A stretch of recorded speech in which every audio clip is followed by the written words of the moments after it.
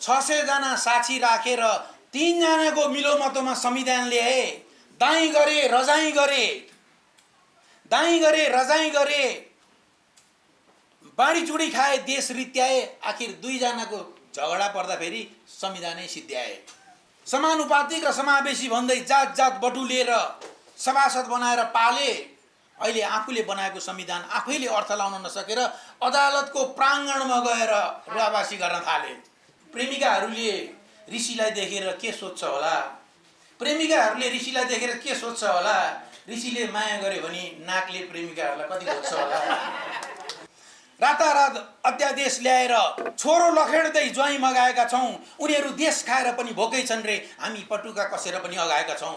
किसानलाई खेत बेच्न मजबुर बनाएका छौँ, रोपनीलाई आना र बिगालाई धुर बनाएका छौँ। विकासको नाममा त्यति जानेका छौँ, धान खेतलाई चिरा पार्दै घडेरी भन्दै ढुङ्गा बालुवा र सिमेन्ट थोपर्ने, मकै बारीलाई मोटर बाटो भन्दै भित्ता भित्तामा लगेर स्काइबेटरले कोपर्ने।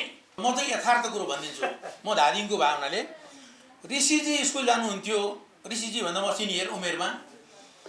ज्याम्रुङ भन्ने भएको गाविस, त्यो स्कुलमा कस्तो ड्रेस थियो भन्नु होला भने माथि त्यो घिउ रङको पहेँलो पहेँलो किसिमको सर्ट, तल सुर्ती रङको प्यान्ट। त्यो प्यान्ट लाएर सबै जानुपर्ने। त्यहाँको टिचर मेरो साथी।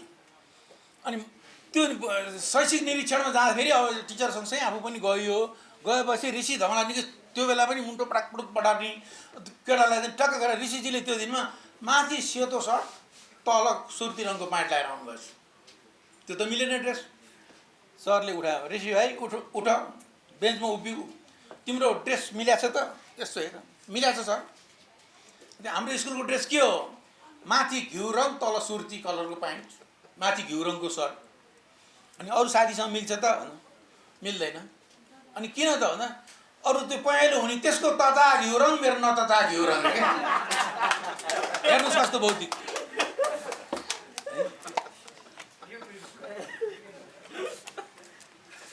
यसले गर्दा उहाँको विषयमा धेरै जोकहरू बनाएछन्, धेरै कुहरू बनाएछन्।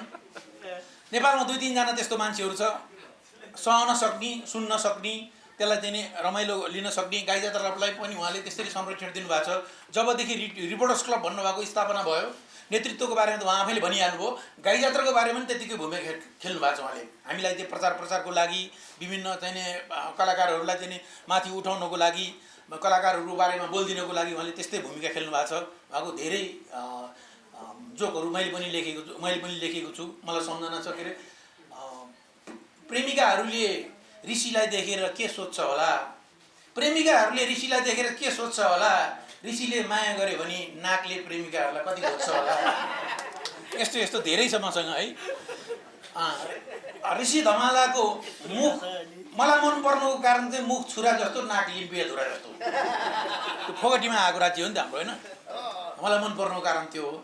अब त्यसले गर्दा अब ऋषिजीको बारेमा पनि सिद्धियो। अब म देशको बारेमा त सबैले भनिसक्नु भएको छ। मैले के भन्नु पर्ला र सानो टुक्रो भन्छु। मभन्दा कवितामा मेरो एकदम घनिष्ठ मित्र लक्ष्मण गामनाङजीले एकदम मार्मिक कविता भनिसक्नु भएको छ। त्यसैले म सानो टुक्रा मात्रै भन्छु। मलाई जहिले पनि आपत्ति आउँछ। हेर्नुहोस्, चुनाव आयो भने भोट कसलाई हालौँ, गाई जात्रा आयो भने कुरा कहाँबाट थालौँ। अघि साथीहरूले ताली भन्नुभयो। यो विषयमा ऋषिजीलाई एउटा कुरो भन्नु पनि छ। सबै पत्रकार साथीहरू हुनुहुन्छ, उहाँलाई ताली बजाउनुहोस् भन्नु पनि मिल्दैन। ताली बजाउनु त आफ्नै साथी 6 जना हुनुहुन्छ, होइन? त्यसले गर्दा अर्कोचोटि आयोजना गर्दाखेरि 30 जना जति हाम्रो दर्शक, 30 जना जति हाम्रो दर्शक अरू पत्रकार साथीहरू राखेर गर्नु भने एकदम। किनभने गाई दुनी ठाउँमा गौवा लिएर आउनुपर्छ, हो कि भन्नु त? गाई दुनी ठाउँमा गौवा लिएर आउनुपर्छ। त्यो गौवा चाहिँ छैन यहाँ। एकैचोटि दुध छ, मुख छ के? पत्रकार मुख भयो, दुध छ मुख छ, गौवा छैन के? गौवामा राखेर तताएर अनि होइन मन्थन गरेर घिउ दही छुट्याउनु पाए पो राम्रो हुन्छ त। त्यस कारणले अर्कोचोटिलाई मैले सुझाव रूपमा पेश गरेँ। गाई जात्रा आएपछि कुरा कहाँबाट सुरु गरौँ? हजारौँ लाखौँ अरबौँ खर्चेर गलगिद्द हसुरेर नेपाली जनताको थाप्लोमा ऋणमाथि ऋण थोपरेर 600 जना साक्षी राखेर 3 जनाको मिलोमतोमा संविधान ल्याए। दाई गरे रजाई गरे, दाई गरे रजाई गरे, बाँडीचुडी खाए, देश रित्याए, आखिर दुईजनाको झगडा पर्दा फेरि संविधानै सिद्ध्याए। संविधानको विषयमा गीतामा भगवान कृष्णले भन्नुभएको छ, पारित्रणाय पत्रुणाम दुष्टकृतम आइएनजिओ धर्म संस्थापनार्थाय डलर पाउन्ड युरो। धोक्नुसम्म धोके, एक एकवटा आइएनजिओ बोके, जनताको संविधान भनेर खोके, बिचरा जनतालाई संविधानको मासुको सुमा भुल्याए, रक्सीको सीमा डुबाए, संविधानको स चाहिँ आफ्नो अनुकूलको बनाए। बनाउने बेलामा विद्वान खोजेनन्, समानुपातिक र समावेशी भन्दै जात जात बटुलेर सभासद बनाएर पाले। अहिले आफूले बनाएको संविधान आफैले अर्थ लाउन नसकेर अदालतको प्राङ्गणमा गएर रुवाबासी गर्न थाले। फेरि अर्कोतिर अचम्म गर्छन् हाम्रो बाले। हेर्नुहोस् भौतिकवाद कस्तो अचम्मको। राम मन्दिर बनाउन हुने, ईश्वरको नाम लिन नहुने। बाले खाएको शपथ र आमाले हाँसेको खिटका सुन्दा एउटा गीतको याद आउँछ। बाउ मादले आमा मारुनी, बा घिन्ताङ घिन्ताङ, बाउ मादले आमा मारुनी, त्यो भन्दा अगाडि जानु पर्दैन, बा घिन्ताङ घिन्ताङ आमा छमछम। कसले नचाह्यो छमछम? कहाँबाट बाँधिएको छ अङ्ग अङ्गमा सुतली, कहाँबाट बाँधिएको छ अङ्ग अङ्गमा सुतली। कहिले मादलको तालमा नाच्न पर्ने, कहिले बादलको तालमा नाच्न पर्ने, कठैभरि बिचरी कठपुतली। अर्कोतिर असन्तोषी सुण्डमुण्ड बुझेर पनि नसुध्रिएको विपक्षको नरसिंह अवतार, त्यो भन्दा पनि गए गुज्रिएको। संविधान घोका छ, झन्डा बोका छ, पृथकता देखा छ। चुनावमा भाषण गर्दा वामपन्थी र दक्षिणपन्थी अदालतमा गएर कुर्सी माग्न जाँदा एउटै दुला एउटै जन्ती। हामीले कोसँग गएर गर्ने बिलाउना? के नेपाली जनता सधैँ तपाईहरूको खेलाउना? हामीले धेरै भोग्यौँ, धेरैलाई चाहिँ धेरै कहिल्यै स्वतन्त्र बनेनौँ, धेरैले विचरण गरे, कसैलाई नराम्रो भनेनौँ। त्यति राम्रो, यति सुन्दर जीवन एउटा धतुरेको पछि लागेर छोरोलाई कुवेत पठाउने सम्झौतामा अनुबन्धित हुन्छ।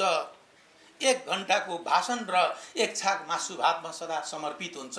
नेपाली जनता यो भन्दा माथि जाने छाँट छैन। मैले जतिसुकै कराए पनि तपाईहरूको आत्माले स्वीकार्छ, हातले ताली बजाउने आँट छैन। यति हो मैले बुझेको। मैले जनतासँग ताली खोजेको होइन, ताकत खोजेको हो। नेपाली नेतृत्वलाई वृद्धहरूलाई मात्रै फाइदा छ। युवाहरू दोस्रो पुस्ता रबर छाप छ।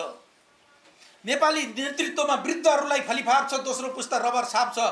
समर्थन गर्न पनि एउटा सीमा हुन्छ। आफ्नाले जे गरे पनि जिन्दाबाद। दिनलाई रात भनेका छन्, घामलाई जुन भनेका छन्, स्वतन्त्रताको ट्याग टाँसेका छन्, अन्धभक्त भएर हिँडेका छन्। सदनमा पनि भन्न र भनिन गएका होइनन् रे, गन्न र गनिन गएका रे। स्वतन्त्र विचार राख्यो भने फ्लोर क्रस, भोलिपल्ट पार्टीमा जाँदा त बाहिर बस। धरतीको बोझ, ऋणको भार किन थुपार्नु परेको? त्यो एक हाते तालीको पसारो। टिभीमा हेर्दा पनि छुट्याउन गाह्रो, कुन सांसद कुन मर्यादा पालक छुट्याउन गाह्रो।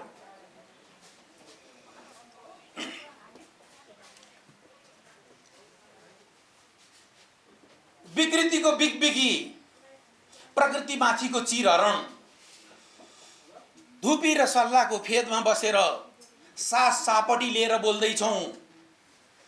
धुपी र सल्लाहको फेदमा बसेर सापटी लिएर बोल्दैछौँ।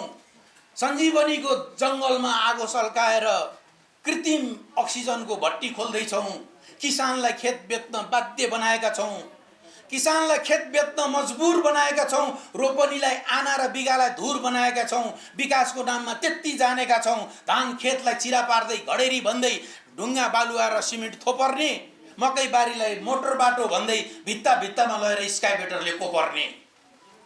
जब हिउँद आउँछ बगरहरू नगर बन्छ, प्लटिङ मस्तीमा बर्खा आउँछ गुहार गुहार खोला बस्तीमा। दुःख पाउने जनताहरू रुन्छन् धुरुधुरु, टाठाबाठा बनाउँदाको चन्दा धन्दा सुरु।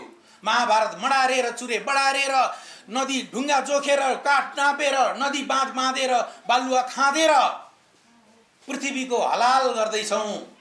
आफ्नो जग्गा जता पर्यो त्यतै सदरमुकाम सार्दै हिँड्ने नेतृत्वमा नै दलाल पालेका छौँ। हेर्नुहोस्, रातारात अध्यादेश ल्याएर छोरो लखेड्दै ज्वाइँ मगाएका छौँ। उनीहरू देश खाएर पनि भोकै छन् रे, हामी पटुका कसेर पनि अगाएका छौँ। उनीहरू देश खाएर पनि भोकै छन् रे, हामी पटुका कसेर पनि अगाएका छौँ।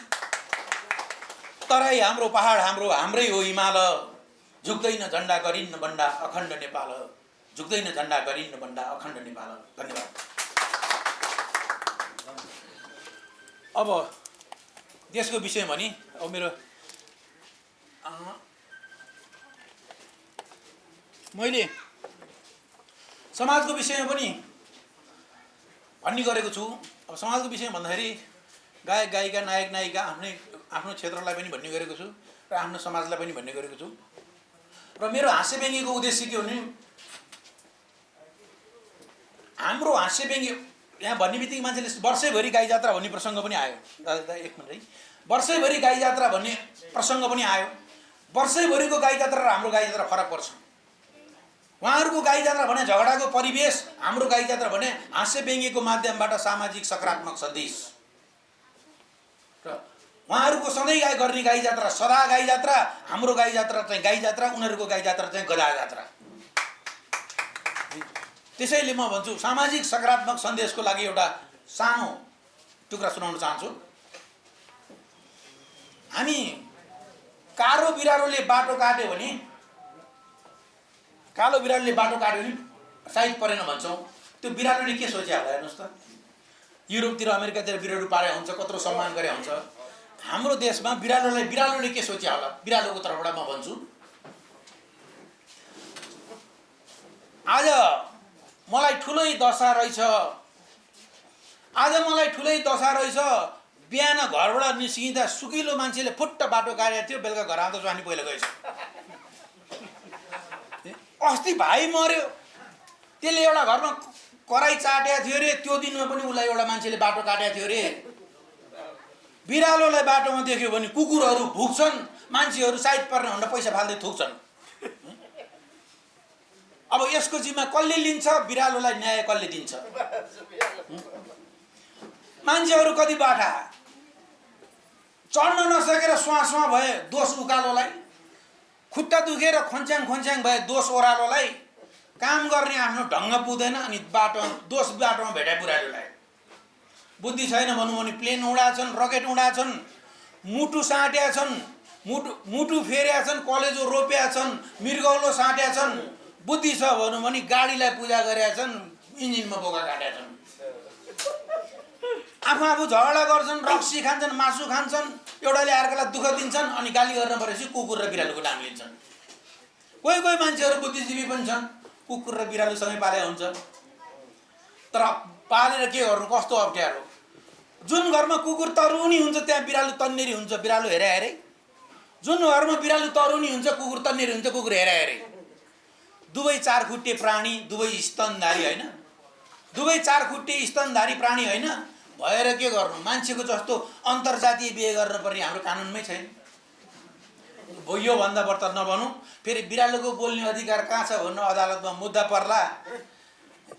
जनावर मारेर खाने जनता मारेर खाने सरकार, दुवैलाई मेरो नमस्कार। धान खाने मुसाले दुःख दिँदा बिरालोलाई पुकार्छन् सूर्य आ भने, धान खाने मुसाले दुःख दिँदा बिरालोलाई पुकार्छन् सूर्य आ भने, संविधान खाने मुसाले दुःख दिँदा के गर्छन् हेर्छु म पनि, संविधान खाने मुसाले दुःख दिँदा के गर्छन् हेर्छु म पनि भन्दै अब अन्तमा मेरो गाई जात्रा कार्यक्रम निर्माणमा हरेक क्षणमा फोन गरेर सन्चो बिसन्चो सोधेर हरेक वर्ष के बनाउँदै हुनुहुन्छ, कसो बनाउँदै हुनुहुन्छ, कहाँ जाँदै हुनुहुन्छ, एकदम मेरो चासो चियो गर्ने, मेरो भलो चिताउने मेरो अग्रज मेरो दाई किरण केसीज्यू, उहाँको घर र मेरो श्रीमतीको मामा घर जोडिएको हुनाले उहाँले मलाई ज्वाइँ भन्नुहुन्छ, मैले उहाँलाई दादा भन्छु। उहाँले चाहिँ के भन्नु असाध्यै हल्का, उहाँले यहाँ उभिएर नाच्नुभयो भने, अहिले 64 वर्ष हुनुभयो, उभिएर नाच्नुभयो भने यहाँ फुलको थुङ्गा जस्तो देखिनुहुन्छ। अनि उहाँसँग प्रेरणा त लिनै पर्यो भनेर उहाँले चाहिँ भन्दाखेरि जैसा हजुर खालि केटीको मात्रै बनाउने, गाई जात्रा हाम्रो पनि हो, गरेर भन्नुभयो। अनि ठिक छ त, अब किरण दाईको विषयमा नि त्यो किरण दाईलाई भनेर तोकेर बनाउनु त भएन, सँगै गाई जात्रा गर्ने। त्यो उमेरको चरित्रलाई बनाउँछु। अब हजुर मिल्छ कि मिल्दैन उहाँले आफैले हेर्नुहोस् भनेर मैले आजभन्दा 5-7 वर्ष अगाडि 8-10 वर्ष अगाडि किरण दाइको चरित्रलाई एउटा बनाएको थिएँ। चिटिक्क तरुणी पुरुषस्य भाग्य दैवो नजानाति थाङकोट कटस्य। चिटिक्क पर्या तरुणी भाग्यमानी पुरुषले थाङकोट कटायो भने कहाँ गएर बस्छ भन्ने कुरो भगवान्लाई पनि थाहा हुन्न रे। प्रहरी सदस्य मामा भान्जी कहस्य जब होटलमा पुगस्य अनि खुलस्त रहस्य। प्रहरीले सोद्धा मामा भान्जी भनेर जवाब दिन्छन्, होटलमा गएर एउटा मात्रै कोठा लिन्छन्। हेर्नुहोस् है। अनि घरबाट भाउजूको फोन आउँछ, तपाईँ कहाँ? म चितवन जाँदैछु, चितवनमा काम पर चितवनमा जाँदैछु। चितवनको साथीले भन्छ चितवनमा काम छ, चितवनको साथीले फोन गर्छ मुगलिनमा जाम छ। हेर्नुहोस् बुढाहरूको चरित्र कति हराम छ। जो बुढोले घरमा चेपारे पारेर श्रीमतीलाई माया गर्छ त्यसले बाहिर केटी राखे पक्का ठहर्छ। केटी डान्स रेस्टुरेन्टको हुन्छ कि अथवा होटल व्यवसायको हुन्छ, केटा डेरा चक्रपथ भन्दा बाहिर लिन्छे। बुढो 4-5 पल्ट रेस्टुरेन्ट धाउँछ, पैसा फाल्छ, 6औं पल्टदेखि डेरामै जान थाल्छ। बुढाले खोज्या तरुणी, तरुणीले खोज्या सम्पत्ति। अब हेर्नुहोस् पात्या बुढाको एकातिर श्रीमती अर्कोतिर तरुणी। घरमा भरभराउँदी श्रीमती आँगनभरि छरछरी काममा गाने उपाएर सधैँ बुढाको मन परी। श्रीमती भन्छन् मेरो श्रीमान काममा गएको छ, यो मोबाइल भन्ने यन्त्रले ढाँट्न कति सजिलो भएको छ। जो अङ्कलको मोबाइलमा बढी बज्छ घन्टी त्यो अङ्कललाई राखेको हुन्छ बाहिर एउटा घन्टी। यता श्रीमती गर्छिन् रामलीलाको पठन पाठन, उता बुढो गर्छ रासलीलाको उद्घाटन। बाहिर एउटा आवाज आउँछ, नानी तिम्रो कोठाको मान्छे गाउँबाट अङ्कल आउनुभयो घरबेटी भए। तिम्रो त अङ्कल पनि कति हो नानी, कति अङ्कल फेर्न पर्ने। तपाईँले पैसा दिए भइगयो किन ढोकलले हेर्न पर्ने। बुढो तुरुन्तै अङ्कल बन्छ, तपाईँको भाडा भोलि दिउँला भन्छ। हेर्नुहोस् केटाहरूलाई तल लाउन सहिलो हुन्छ, अधमैसे बुढाको मन चाम्रो हुन्छ। बिग्रिया मान्छे भन्दा सब्रिया बाँदर राम्रो हुन्छ। बिग्रिया मान्छेले अर्का स्वानी पनि उडाइदिन्छ, सब्रिया बाँदरले हनुमान भएर लङ्कामा गएर देउताको सँग स्वानी खोजेर ल्याइदिन्छ।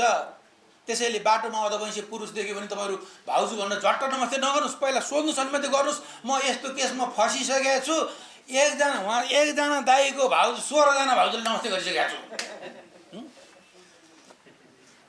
मैले साथीहरूलाई सम्झाउन कोसिस गरेँ, साथीहरूले मलाई उल्टै मूर्ख बनाए।